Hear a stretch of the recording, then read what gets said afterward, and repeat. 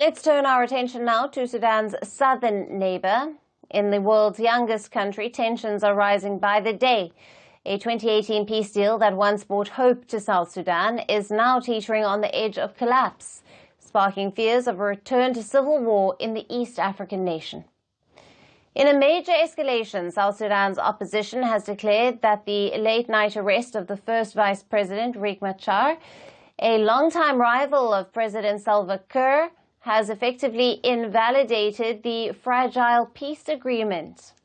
Machar was detained in the capital of Juba after a convoy of 20 heavily armed vehicles surrounded his residence, in what is widely seen as a turning point in a crisis that has been brewing for weeks.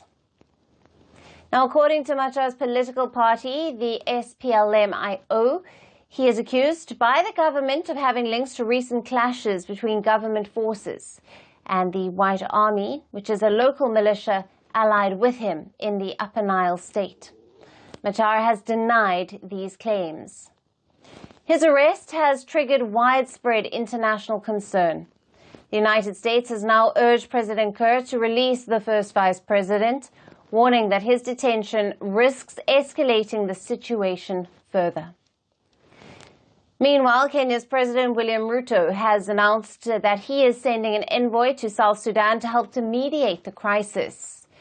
The United Nations mission in South Sudan has also weighed in, saying the arrest has left the world's youngest country on a precipice. The UN is calling on all parties to uphold the peace agreement, repeating a plea made earlier this week. Given this grim situation, we are left with no other conclusion but to assess that South Sudan is on the edge of a relapse into civil war. We also encourage the President and First Vice President to meet to resolve their differences constructively, making a joint public statement that reassures all South Sudanese of the united, steadfast commitment to peace.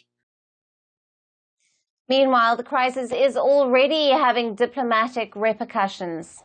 Germany and Norway have temporarily closed their embassies in Juba, while the British and U.S. embassies have announced a drastic reduction in staffing levels as fears of a civil war grow.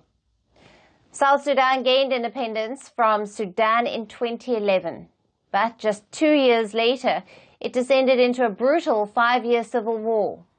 A 2018 peace agreement ended the fighting and led to the formation of a fragile unity government between rivals Kiir and Machar. But in recent weeks, the fragile balance of power has been unraveling. An aging Kiir, now 73 years old, has been moving to secure his succession and has politically sidelined Machar through a series of cabinet reshuffles. Since February, more than 20 of Machar's political and military allies within the unity government and the army have also been arrested. The SPLM-IO claims that this is a direct violation of the peace agreement. Now, in response, earlier this month, the SPLM-IO had announced that it would boycott security arrangements linked to the peace process until all detained officials are released.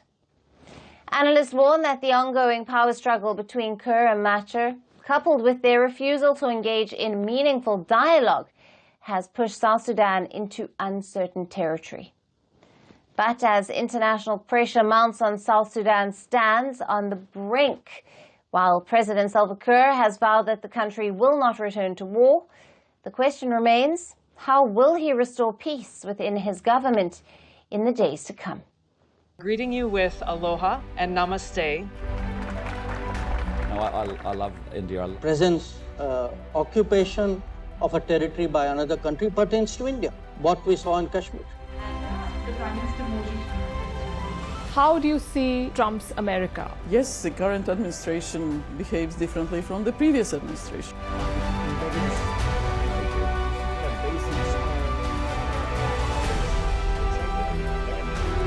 Are you saying that there are foreign powers who are trying to bring down the current government in Syria? Exactly. Iran, maybe Russia too.